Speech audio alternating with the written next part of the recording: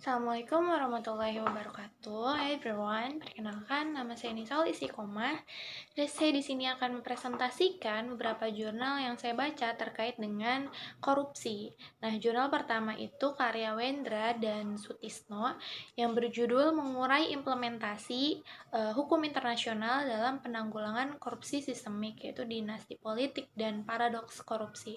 Nah, jurnal ini menjelaskan bahwa korupsi sistemik itu merupakan tindak kejahatan yang terorganisir dan juga terintegrasi dalam sistem kekuasaan pemerintahan yang emang sifatnya itu menyeluruh mulai dari pejabat pemerintah yang paling bawah hingga sampai pada kekuasaan tertinggi pemerintahan. Itu membuat korupsi sistemik ini menjadi keseriusan nih dalam penanganannya.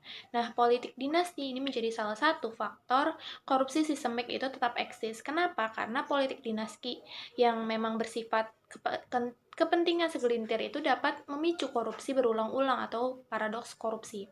Sehingga itu dapat berdampak pada terjadinya korupsi yang sistemik dikarenakan melibatkan pejabat-pejabat publik sampai pada titik di mana salah satu pejabat tersebut adalah pejabat yang seharusnya menangani permasalahan korupsi itu ikut terlibat juga nih di dalamnya. Nah, dampak yang dihasilkan dari tindak korupsi sistemik ini itu sangat merugikan negara ya, mulai dari dampaknya terhadap ekonomi, politik, bahkan hak asasi manusia juga. Nah, melalui instrumen-instrumen hukum internasional kayak United Nations Convention Against Corruption, terus juga Inter-American Convention Against Corruption, itu diharapkan dapat mencegah korupsi secara global. Nah, instrumen-instrumen internasional ini juga melakukan pencegahan terhadap tidak korupsi dengan cara meningkatkan kerjasama nih antar negara yang terlibat. Itu mengikut sertakan masyarakat dan juga media untuk bisa mengimplementasikan kebijakan dalam penanganan korupsi ini. Nah, masyarakat juga berperan untuk bisa memantau dan juga melaporkan tindak korupsi yang dilakukan sama pejabat-pejabat publik. Sementara ada media juga bertindak dalam memantau atau menyebarluaskan informasi nih terkait tindak korupsi tersebut. Nah, ini menjadi penting karena dengan adanya pemantauan-pemantauan secara langsung sama masyarakat ataupun sama media itu bisa memberikan dampak transparansi dan juga menekan pejabat publik untuk tidak bertindak nih dalam korupsi tersebut. Nah, pencegahan ini juga mungkin dapat dilakukan sama masyarakat untuk bisa meningkatkan budaya anti korupsi nih dengan menanam pandangan bahwa korupsi ini adalah musuh mereka nih dalam mencapai kehidupan yang maju dan juga sejahtera. Lalu jurnal kedua yang ditulis sama Wilhelmus dalam jurnalnya yang berjudul Korupsi, Teori Faktor dan juga Penyebab Dampak dan Penanganannya. Nah, penulis menjelaskan bahwa korupsi itu nggak hanya berdampak pada sistem hukum dan ekonomi, tapi juga melemahkan kepercayaan publik terhadap negara. Korupsi yang disebut sebagai warisan haram yang memang terus berlanjut karena akar moralitas yang lemah serta sistem politik dan birokrasi yang emang permisif. Itu penulis juga menggarisbawahi bahwa pembenahan secara menyeluruh melalui reformasi kelembagaan pendidikan, moral, serta pelibatan aktif masyarakat dalam kontrol sosial.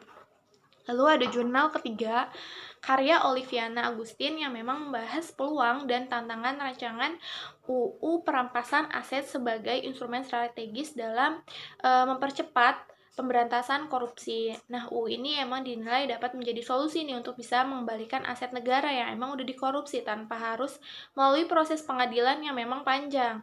Sayangnya, meskipun potensi UU ini besar, ada hambatan-hambatan politik dan juga minimnya kemauan politik atau political will yang memang menjadi kendala utama nih dalam pengimplementasinya.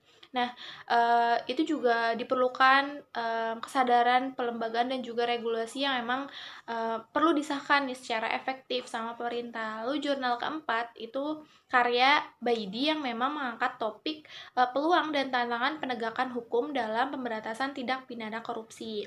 Nah, dalam kajian ini itu Baidi itu menyoroti sejarah panjang korupsi di Indonesia mulai dari Orde Lama, Orba, hingga era reformasi. Nah, ia tuh menilai bahwa korupsi yang emang menjelma menjadi kejahatan yang terorganisir dan juga dilindungi sama kekuatan politik serta celah hukum. Nah, meskipun KPK sebagai lembaga anti rasuah ini telah menunjukkan taringnya nih melalui operasi tangkap tangan, dan juga penyelidikan terhadap elit-elit politik. Tapi serangan balik terhadap KPK ini terus terjadi nih, baik melalui kriminalisasi, pelemahan undang-undang, hingga revisi regulasi yang emang mereduksi kewenangan KPK itu sendiri. Nah, penulis juga menegaskan pentingnya sinergi kuat nih antara KPK, kejaksaan, dan kepolisian untuk bisa melawan arus balik ini. Namun sayangnya tiga lembaga tersebut tuh dicampur adukan sama politik.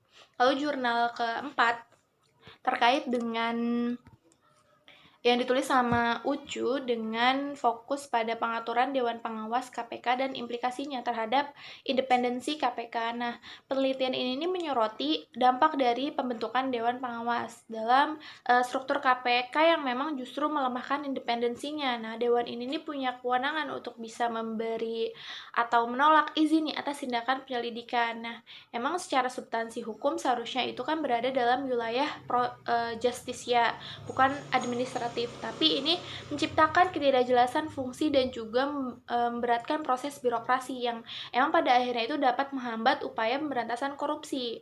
Nah, penulis juga memandang bahwa pelemahan KPK ini melalui jalur legislasi dan juga politik itu nggak boleh dibiarkan, karena KPK ini kan sebagai lembaga strategis ya, hasil reformasi yang emang menjadi garda terdepan dalam membersihkan negara dari praktik koruptif.